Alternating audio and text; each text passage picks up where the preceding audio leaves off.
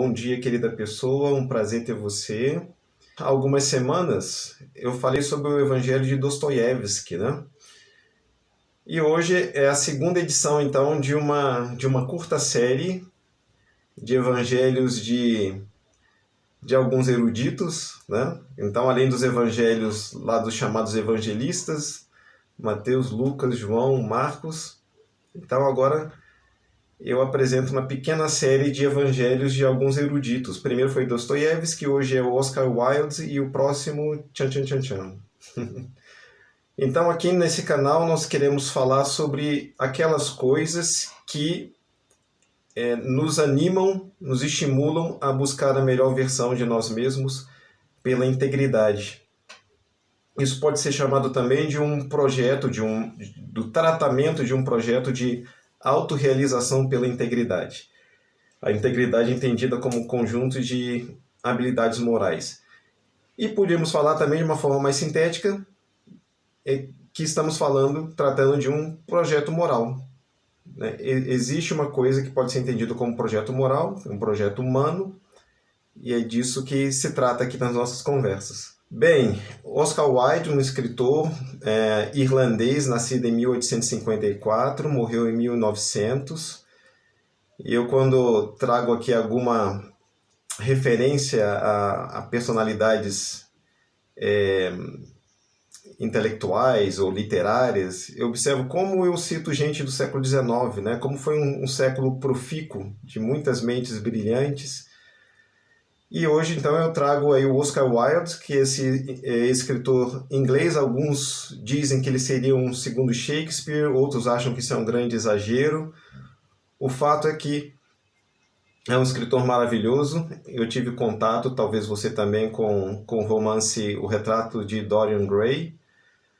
Um romance que me impressionou muito pelo estilo, pela estética do texto, não tanto pela história que tem lá, não é uma história originalíssima, mas é uma história interessante e com um estilo muito belo de Oscar Wilde. Tive o prazer de aqui em Brasília assistir uma peça dele, A Importância de Ser Prudente, uma peça de humor muito bacana, uma peça saborosa de se ver. Mas o que mais me marcou em Oscar Wilde foi uma carta que ele escreveu. Olhem só, né? Ele escreveu uma carta porque ele esteve preso. Ele ficou na prisão nos anos de 1895 a 1897. Isso foi em Londres. Ele teve uma longa vida em Londres, uma longa carreira em Londres. Ele morre em Paris. Ele é mais uma dessas grandes personalidades que estão lá no cemitério em Paris. Então ele foi preso, ficou preso esses 2 anos. Depois de gozar de uma grande notoriedade, de um grande reconhecimento literário, tanto por seus textos em prosa, mas especialmente por sua dramaturgia. Ele escreveu algumas peças, eu citei uma dessas peças, né, A Importância de Ser Prudente, que eu vi, tive o prazer de ver. Mas nessa situação de brilho, de grande exposição positiva, de destaque, ele se envolveu com um rapaz mais jovem. Foi uma relação muito conturbada. Como escreveu um dos biógrafos que eu li, ele não era exatamente um homossexual, era um bissexual. Ele era casado, tinha filhos, 2 filhos, mas ele se envolve com um jovem que era uma personalidade muito conturbada, que pertencia a uma família também muito conturbada. Isso foi gerando um escândalo social e finalmente Oscar Wilde foi preso. E essa experiência na prisão foi uma experiência muito forte para ele do ponto de vista emocional. Teve uma grande repercussão na personalidade dele. E na prisão ele escreve uma carta justamente para esse parceiro dele, que era o Alfred Douglas, que ele chamava de Bosie. Ele escreve uma carta chamada De Profundis. E essa é uma carta já muito famosa. É uma carta muito sensível, muito dramática. E nessa carta, que é o texto que mais me impressionou em Oscar Wilde, não li tudo, é uma obra extensa, eu tenho aqui por exemplo, uma edição das obras completas, que parece uma bíblia, né? São mais de 1000 páginas de escritos de Oscar Wilde. Mas esse é um texto, não à toa é um texto muito conhecido, De Profundis, essa carta que ele escreveu para Bose. E nessa carta, Oscar Wilde afirma 3 coisas importantes. Nessa carta ele afirma a dor, o sofrimento, ele afirma a individualidade, o que ele na verdade chama de individualismo, e ele afirma também o amor. Ele faz uma espécie de celebração dessas 3 coisas. São 3 experiências que ele destaca, que são experiências que ele está ali vivenciando. Ele está se aprofundando nessas experiências enquanto ele está naqueles 2 anos na prisão. Também é interessante dizer que na prisão, Oscar Wilde ele acordava cedo, limpava a cela dele, limpava os utensílios dele, e depois o que ele fazia era pegar uma edição dos evangelhos em grego, grande erudito, Oscar Wilde, grande erudito. Ele então lia os evangelhos na língua original, que é o grego Kiné, e ele diz que ele se deliciava, que era maravilhoso começar o dia lendo aqueles textos. Ele escolhia ao acaso alguma passagem e lia alguns versículos dos evangelhos. E o que o Oscar Wilde estava fazendo ali era ter contato com a figura de Jesus, que ele, na carta, especialmente ele diz Cristo, e em algum momento ele fala Jesus de Nazaré. Mas ele fala muito do Cristo. Então ele estava ali tendo contato com Cristo. Então, você já vai percebendo, né, que personalidade interessante e complexa é essa. Né? É um grande intelectual, um grande erudito, mas também alguém que se envolveu com uma situação pessoal dramática, inclusive envolvendo a sua sexualidade, mas que tinha ali um lugar muito especial para se dedicar aos textos bíblicos, especialmente aos textos evangélicos. E ele então afirma a dor, falando sobre a dor, testemunhando sobre essa experiência de dor como sendo uma experiência de extrema sensibilidade. A dor é aquilo que o colocava em contato com ele mesmo. Em uma passagem ele diz que no sofrimento, na dor, não tem máscara. Então a dor é tanto uma experiência sensível, emocional, profunda, quanto uma experiência muito verdadeira. Então na dor não há máscara. Ele conta uma situação muito dramática quando ele foi transferido de uma prisão para outra, e essa transferência foi feita por trem, ou ele fez isso de trem, e na estação ele lá estava com uma roupa de presidiário. Eu tenho aqui uma imagem na minha mente, eu não sei se eu vi isso, que era aquela roupa de presidiário listrada, né, branco e preto, bem fácil de ser reconhecida. Então ele estava ali e ele fala que as pessoas que passavam por ali, os transeuntes na estação, olhavam e caçoavam dele, zombavam dele. Ele disse que quando descobriram que ele era ele, que se tratava de Oscar Wilde, aí que a zombaria ficou muito mais intensa, muito mais forte. Ele diz que aquilo foi uma situação horrível, de tremenda humilhação e de experiência com o descaso ou a crueldade das pessoas. Ele fala também do distrato que ele enfrentou na própria prisão, na amargura que ele sentiu ir na prisão. Ele inclusive diz que foi bom ele não ter saído mais cedo da prisão, porque se ele tivesse saído mais cedo da prisão, ele teria carregado uma tremenda amargura em relação às pessoas. Mas a experiência dele ali de processamento daquele sofrimento, daquela dor, fez com que ele alcançasse um outro nível, que é sobre o que a gente vai conversar aqui. Alcançasse um outro nível e saísse dali livre daquela amargura. Então ele afirma a dor como sendo uma experiência importante de elevação. A segunda coisa que ele afirma é a individualidade ou individualismo. Ele fala individualismo. E ele usa esse termo para se referir ao caminho próprio da pessoa. O individualista é aquela pessoa, então esse termo não tem nada a ver com egoísta. O individualista é aquela pessoa que se dedica ao seu próprio caminho, à sua própria autenticidade. Interessantemente, ele cita um trecho de Emerson, um poeta, filósofo norte-americano da época dele, que diz assim: não há nada mais raro do que uma pessoa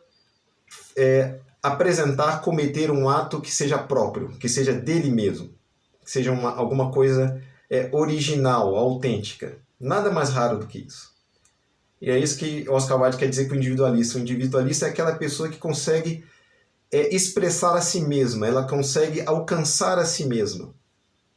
Então essa é a segunda coisa importante que ele afirma nessa carta, a importância do individualismo entendido dessa maneira, como uma expressão de autenticidade. E a terceira coisa que ele afirma é justamente o amor. Que o amor é essa capacidade justamente de não se sentir e permanecer amargurado em relação às outras pessoas. O amor é uma experiência de expansão, é um estado de expansão. E ele faz isso justamente porque ele está falando do ódio desse companheiro dele, que ele identificou nesse companheiro dele. Ele fala como que o ódio atrofia. No primeiro semestre do ano passado eu fiz uma live falando sobre o coração como sendo um órgão, não somente esse órgão vital que bombeia o sangue, mas como sendo um órgão inteligente também. Claro que eu falei disso baseado em pesquisas muito recentes que inclusive identificaram células neuronais no coração. Mas eu estou falando disso para dizer que essas pesquisas identificam que o estado nosso emocional, se ele é um estado positivo, de emoções generosas, de emoções, vamos chamar assim, abertas, isso favorece a nossa inteligência. E que o ódio justamente obstrui não somente a nossa emocionalidade, causa uma espécie de maior pressão, mas obstrui também a nossa própria inteligência. Não à toa existe a noção, né, o conceito de crime passional, né, porque aquela pessoa ficou com o entendimento turvado, a pessoa que foi tomada por uma passionalidade negativa muito intensa. Então Oscar Wilde afirma o amor por isso, porque o ódio atrofia e o amor expande. E eu falo dessas três afirmações que o Oscar Wilde faz nesse texto, porque é justamente esse fato de ele fazer essas três afirmações que o fazem chegar à pessoa de Cristo, na palavra dele, ele chama assim, a pessoa de Cristo nessa carta. Porque Cristo, segundo ele, é justamente a expressão, né, da dor, do sofrimento, é a expressão do individualismo e é a expressão do amor também. Mas então, antes de falar sobre o Cristo em Oscar Wilde, a partir dessas três ideias, né, da dor, do sofrimento, do individualismo e do amor, eu quero primeiro mostrar para você como que lidar com esse evangelho de Oscar Wilde é uma oportunidade para se pensar, para se considerar essa melhor versão de si pela integridade. Oscar Wilde escreve isso que eu chamo, né, de o evangelho de Oscar Wilde, porque o evangelho é uma apresentação de Jesus. O próprio Wilde fala dos evangelhos como sendo um poema em prosa. E esse poema em prosa apresenta uma pessoa. Então, Oscar Wilde também apresenta uma pessoa que é Cristo nessa sua carta De Profundis. Mas eu vejo isso, como eu dizia, como uma oportunidade para pensarmos a elaboração de uma melhor versão de nós mesmos, uma melhor versão da pessoa pela integridade. E eu quero dar notícia de que isso não é bem uma forçação de barra, nem é uma forçação de barra minha. Eu encontrei algumas passagens nessa carta muito interessantes, dando sinal disso, algumas expressões muito próprias. Né? Eu vou ler aqui, eu tenho aqui todas as minhas notas. Né? E há uma passagem que ele diz assim: esqueci-me. Então ele está se referindo ao envolvimento que ele teve com Alfred Douglas. Esqueci-me de que cada ação cotidiana faz e desfaz o caráter. E se trata de observar a evolução moral do caráter. Então, isso já está dado. Isso que eu chamei de um projeto moral já está dado. Oscar Wilde se refere explicitamente a isso. Ele está consciente de que tem uma coisa caráter e que esse caráter, que essa característica moral nossa, precisa de ser evoluída. E que o comportamento ele repercute então no caráter. Cada ação cotidiana faz e desfaz o caráter. Ele fala também que estou procurando um novo modo de uma autorrealização. Né? Eu mencionei isso hoje para vocês, né? A melhor versão de si pela integridade como sendo um caminho de autorrealização. Justamente a autorrealização pela integridade. E ele fala também, além de falar de assumir uma atitude moral, a única coisa que me importa é minha atitude moral diante da vida. Ele diz então sobre completar o meu aperfeiçoamento. Então, Oscar Wilde está consciente de que a natureza moral dele é algo que ele precisa cuidar, que ele precisa conduzir. Numa outra passagem ele fala disso sobre o conduzir a própria vida, justamente como esse individualista, conduzir a própria vida. Então ele está consciente disso. E eu volto a lembrar, né, de quem estamos falando. Estamos falando de um grande erudito, que o crítico literário americano Harold Bloom, no seu cânone ocidental, trata Oscar Wilde como um grande sábio. Um grande sábio que tem razão em tudo, diz Harold Bloom. Então é muito interessante, é muito produtivo abrir o texto de Oscar Wilde, abrir um texto tão íntimo que é o De Profundis e encontrar aí alguém preocupado, nos meus termos agora eu digo, com a melhor versão de si pela integridade. Preocupado com a autorrealização como uma evolução do caráter moral. E agora sim, o que é então o Evangelho de Oscar Wilde? Quem é Cristo o Cristo que ele apresenta nesse seu texto, nessa sua carta, que agora eu vou chamar de uma epístola, né? Como a modo das epístolas bíblicas do Novo Testamento, né? Nessa epístola De Profundis de Oscar Wilde, o que é o Evangelho? Qual é a figura de Jesus que ele desenha, que ele representa? Então eu disse que para Oscar Wilde os evangelhos são um poema em prosa.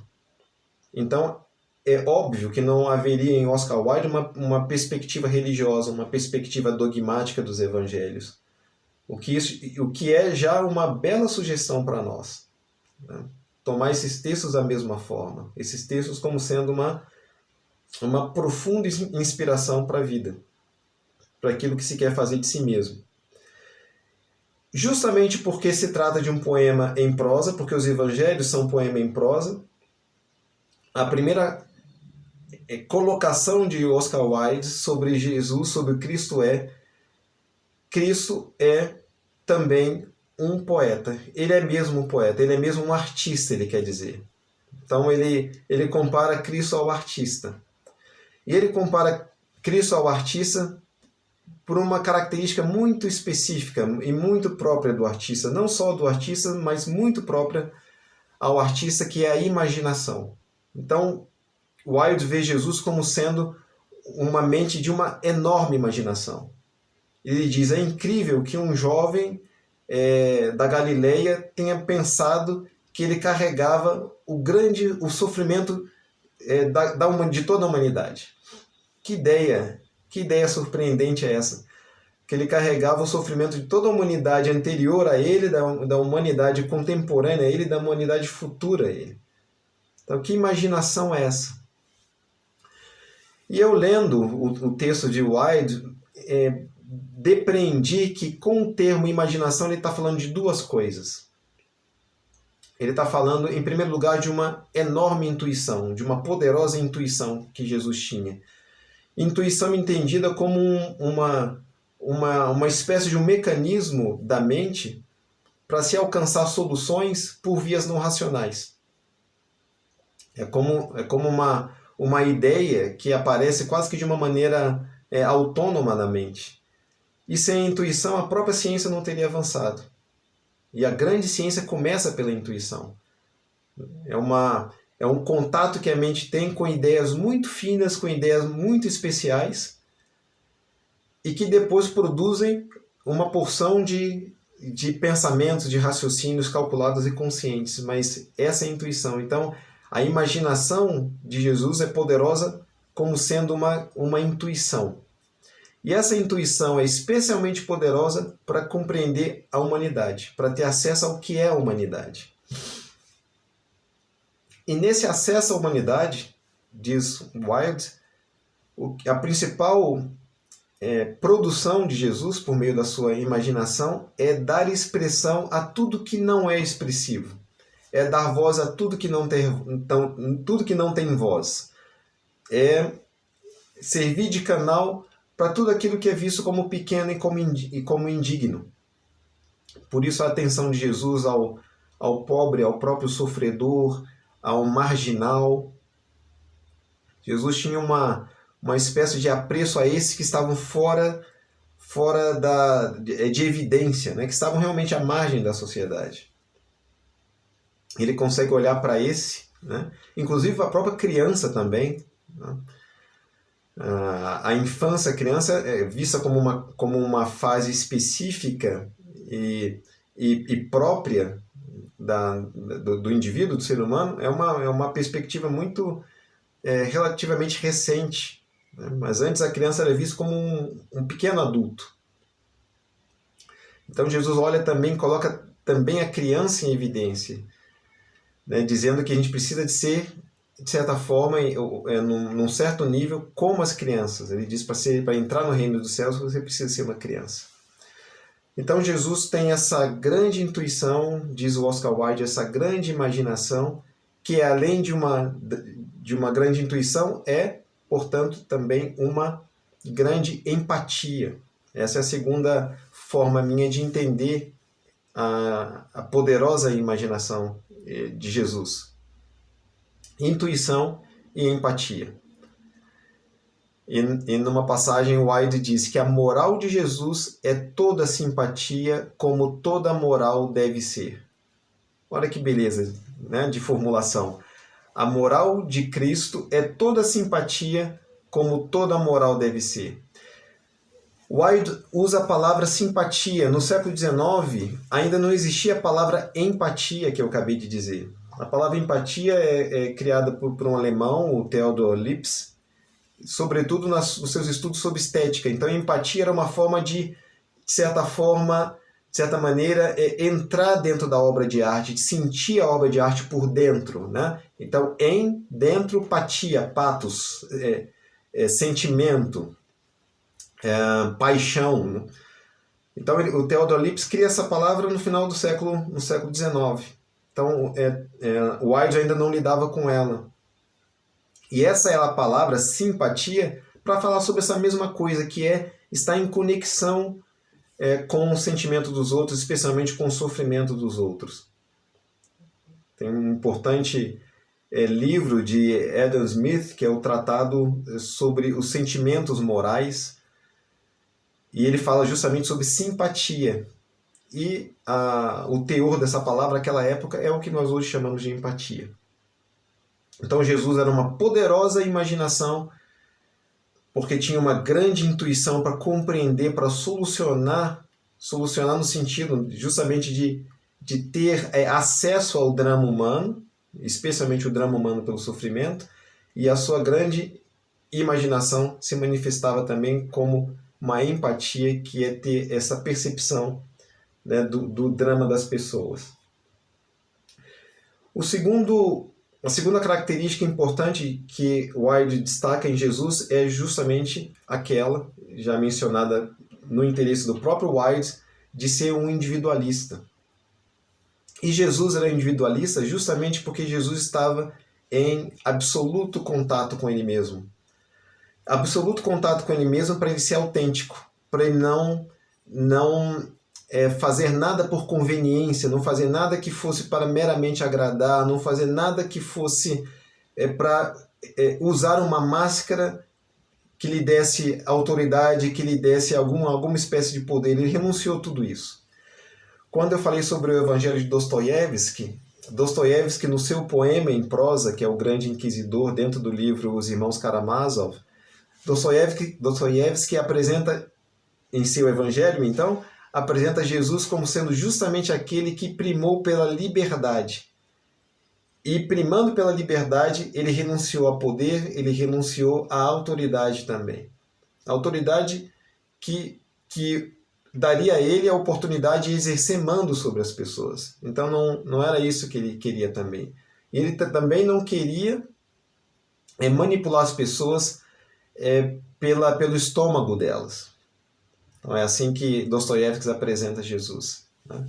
Então Jesus ele era um individualista porque ele estava concentrado na expressão da sua pessoa, aquilo que importava para ele. E a expressão da sua pessoa significava, como dito, expressar, ser canal de expressão para aqueles que não podiam se expressar, para aqueles que não tinham voz. Então é assim que ele era um individualista. Porque a maioria das pessoas é outra pessoa, é o que diz Oscar Wilde. A maioria das pessoas busca corresponder às outras pessoas no sentido de fazer conforme as outras pessoas. Abrir mão de si daquilo que realmente a pessoa acredita para fazer conforme as outras pessoas por conveniência.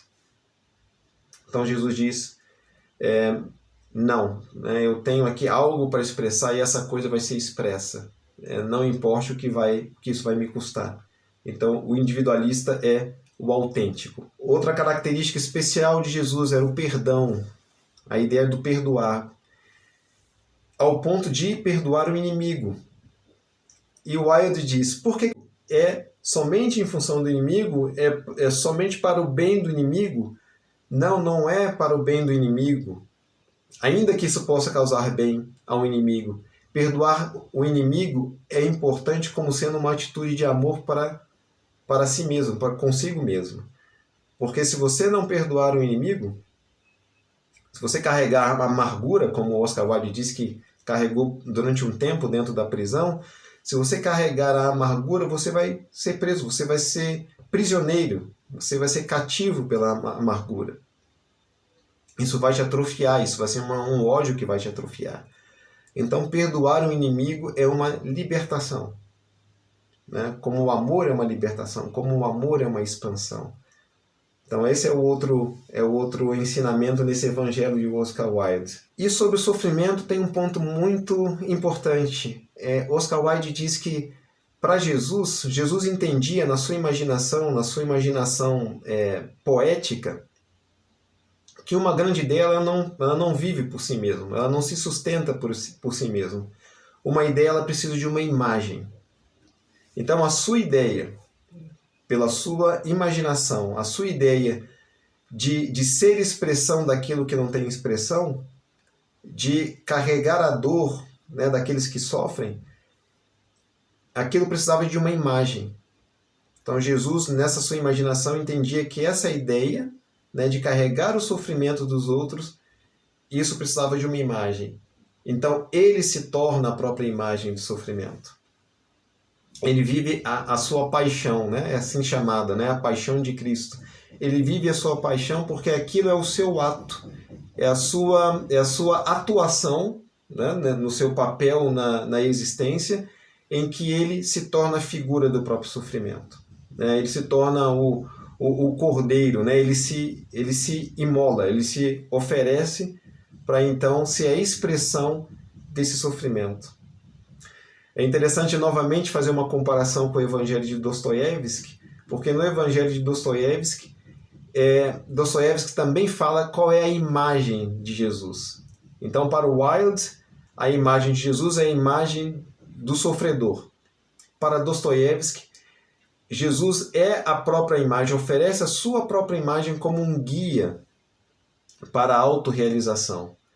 E nessa sua autoimagem, o que ele está afirmando é a liberdade. É bacana observar os dois evangelhos de Fyodor Dostoiévski e de Oscar Wilde em paralelo. E o que mais? O que mais aqui nessa lista de características de Jesus, do Cristo de Oscar Wilde? São mais dois pontos. O próximo é do arrependimento. É do arrependimento porque o arrependimento em Oscar Wilde é o arrependimento do qual Jesus fala, é a forma de se desligar, é a forma de apagar o passado. É a forma de deixar o passado, de reformular o passado, de certa forma, de transformar o passado. Isso, de novo, é uma ideia de grande imaginação, justamente porque a noção, o mundo cultural que nos forma, que é o mundo grego, achava isso impossível. Você não pode tocar no passado. O passado é intocado, o passado é imutável, o passado, como disse um ministro brasileiro há muitos anos atrás, na época do presidente do Collor, o passado é imexível, pensavam os gregos, né? Jesus disse, não, você se arrepende e você também perdoa, e com isso o passado é tocado, ele é modificado, e por isso algo novo se inicia. Essa é uma ideia muito especial. Então Jesus via como sendo possível uma nova iniciação, um novo início. E o arrependimento é para isso. Você, como o Oscar Wilde vivenciou na prisão, né? Ele se arrependeu por esse envolvimento. Ele não se arrependeu por esse envolvimento por uma espécie de moralismo.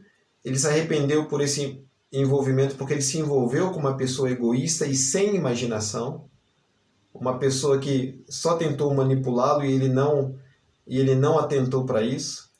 Então ele se arrepende disso. E no que ele se arrepende disso, dessa experiência, ele pode recomeçar a vida dele num outro estágio.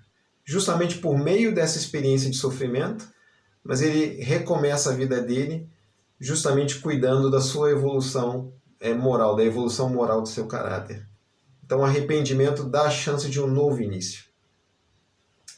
E finalmente, a outra característica que eu destaquei, a última característica que eu trago para vocês, que eu destaquei no Evangelho de Oscar Wilde, é que Cristo, como diz Wilde, ele nos manda viver o belo. Porque ele mesmo era um poema, ele mesmo era uma poesia, diz Oscar Wilde. E isso é muito bacana também, essa ideia, né? De se entender esse projeto moral, de se entender essa elaboração da melhor versão de si como sendo uma elaboração do belo. Então, uma motivação, uma razão para se buscar o projeto moral é a beleza do projeto moral. Porque você olha, por exemplo, para essa figura de Jesus e você diz, poxa, essa atuação é bela, esse gesto é belo, essas palavras são belas, esse se dirigir, essa abordagem em relação a outra pessoa, isso é belo, isso transmite beleza. Então é a isso que Cristo nos estimula, né? Segundo Wilde. Ele era, na expressão de Wilde, ele era obra de arte. Então ele era obra de arte, eu posso ser uma obra de arte, você pode ser uma obra de arte. O ponto, agora são palavras minhas, mas é fácil associar isso com tudo que o Wilde está dizendo. O ponto isso não é espontâneo, né? Essa beleza ela não é espontânea. Uma obra de arte ela não ocorre. Ela não ocorre como um ser da natureza ocorre. De certa forma, como nós ocorremos. Um dia nós nascemos dentro de um processo natural, né? Mas há uma possibilidade de artificialidade em nós, como é a artificialidade da arte também. Então a artificialidade, eu estou usando essa palavra de propósito, a artificialidade é aquilo que se opõe ao que é natural. A artificialidade é aquilo que é a característica daquilo que veio ao mundo pela arte, né? Pelo manejo, pela técnica, pelo método.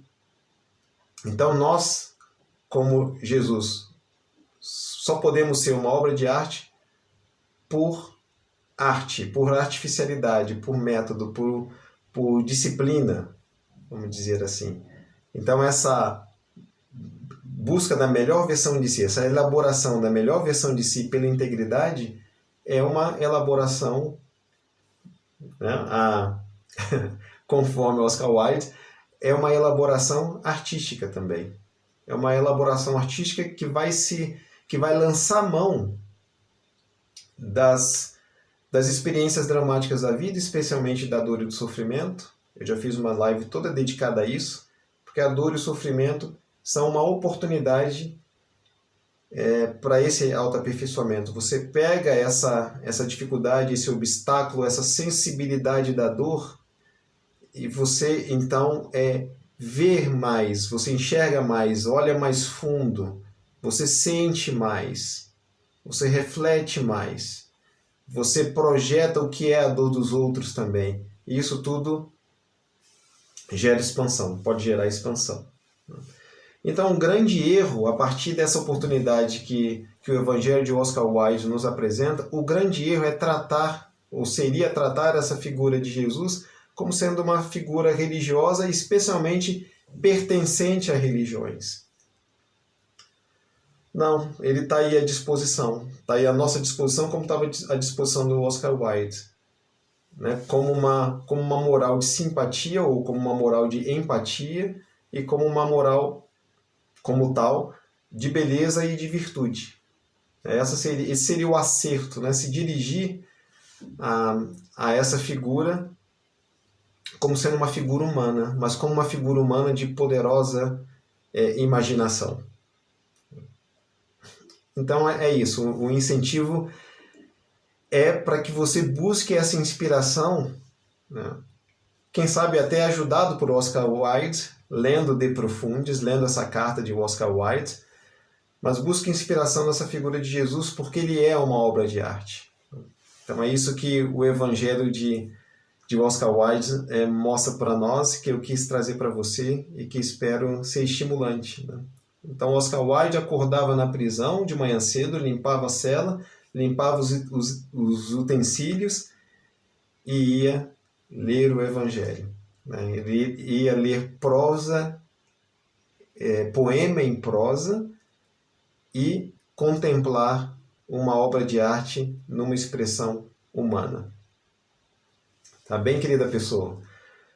Então eu chego aqui ao final, dando alguns instantes também, alguma chance para vocês escreverem alguma coisa. A Roselma escreve: Rony, esses dois aspectos, dor e sofrimento, para serem superados exigem o perdão. Porém, depende da dor ou sofrimento. O perdão não é tão simples. Isso é um grande tema, né? O perdão não é tão simples. O ponto é que o perdão precisaria começar com a disposição para isso, né? Agora, o que está sendo dito não é sobre a obrigação de perdoar. Isso é uma ideia importante. O que se fala não é sobre a obrigação de perdoar. O que se fala é sobre o benefício de se libertar da amargura e de se libertar do ódio. Então, perdoar tem essa função. O perdoar não significa que você tem que ir lá conviver com seu agressor, como algumas pessoas pensam, né? Eu já ouvi histórias muito dramáticas e muito ruins nesse sentido, né? E o que me vem à mente quando eu falo isso é, por exemplo, de de crianças que passam por abuso. Às vezes os pais, os responsáveis sabem disso e mesmo assim obrigam a criança a conviver com o abusador por causa dessa ideia de perdão. Então, não tem nada a ver com isso, tá? Não tem nada a ver com isso.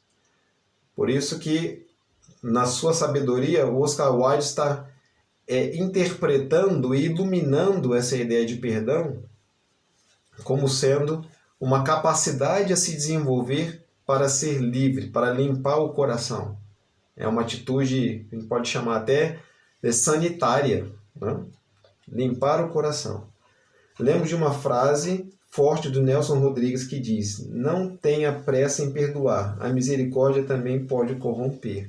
Sim, pois é, ela pode corromper se ela for tomada dessa maneira, né? Como se você estivesse fazendo um ato social, né? Um ato não individualista. Não, eu vou perdoar porque a religião manda. Nada a ver. Nada a ver. Eu vou assumir a misericórdia porque essa é uma obrigação. Eu nem sei se seria possível, né? mas nada a ver, são equívocos.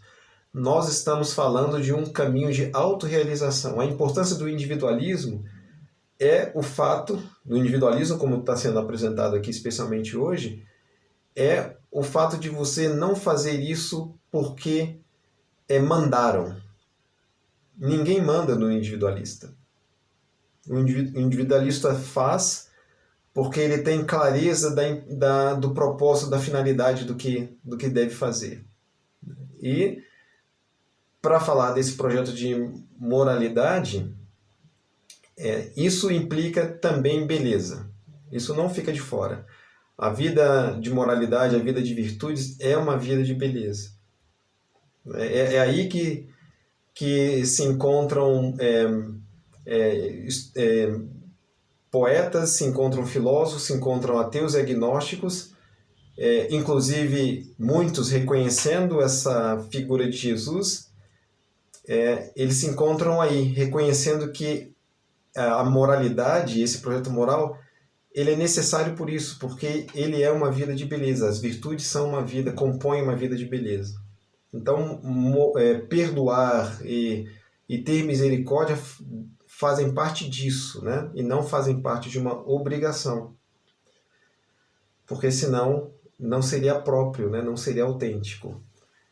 E ainda escreve a Roselma: o que você pensa dessa cultura neoliberal em favor da autenticidade, que me parece distinta desse tema que você falou no Wild? Eu confesso, Roselma, que não conheço o uso dessa autenticidade feito por essa cultura neoliberal. Não sei qual o teor que isso tem ali de autenticidade. E eu confesso que eu, do meu ponto de vista, eu nem sei como seria, né? De que essas pessoas estão falando sobre autenticidade, o que tem a ver, né? O que tem a ver pensar em processos individualistas de condução de desempenho social, de uma meritocracia que é falsa, né? Que esconde as vantagens que alguns têm a partir do berço. O que isso tem a ver com autenticidade, né? Eu nem sei como é que essas pessoas se refeririam a esse tema de autenticidade, né? Agora todos pregam isso, seja autêntico. Pois é, eu não sei, Roselma. O ponto vamos simplificar da seguinte maneira: o ser autêntico, nessa ideia do projeto moral, tem a ver com o desenvolvimento de virtudes, porque o ser autêntico diz respeito ao desenvolvimento da humanidade.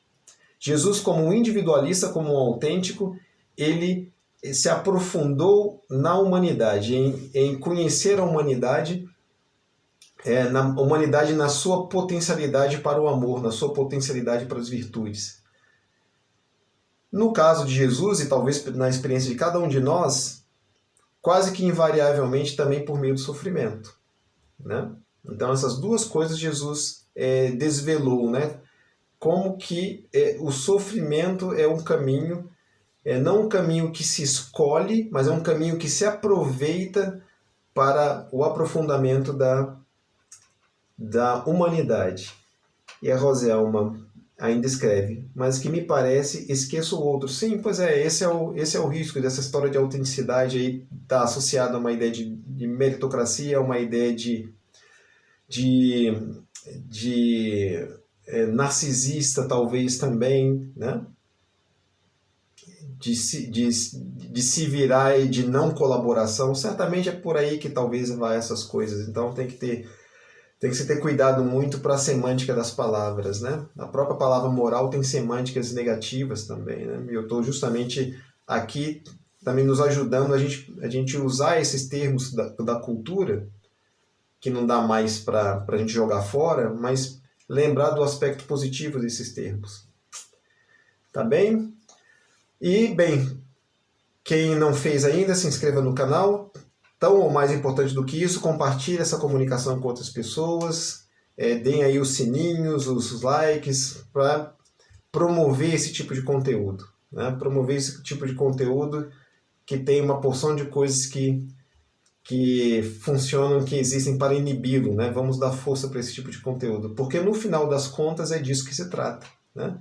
No final das contas, trata-se da qualidade das nossas relações, trata-se da qualidade da nossa satisfação com nós mesmos, trata-se de como nós nos sentimos, né, quando nós estamos sozinhos com a nossa própria consciência. No final das contas, é disso que se trata. Tá bem? Então, um bom domingo, querida pessoa, fique bem e aguardem o terceiro evangelho, depois do evangelho de Dostoiévski, depois hoje do evangelho de Oscar Wilde, aguarde o terceiro evangelho, que ele vai ser também, eu acho que surpreendente. Vocês eu acho que vão surpreender quanto aonde que eu encontrei o terceiro evangelho. Tá bom? Então, tudo de bom, fiquem bem. Como diz meu querido amigo, saúde e paz. Até.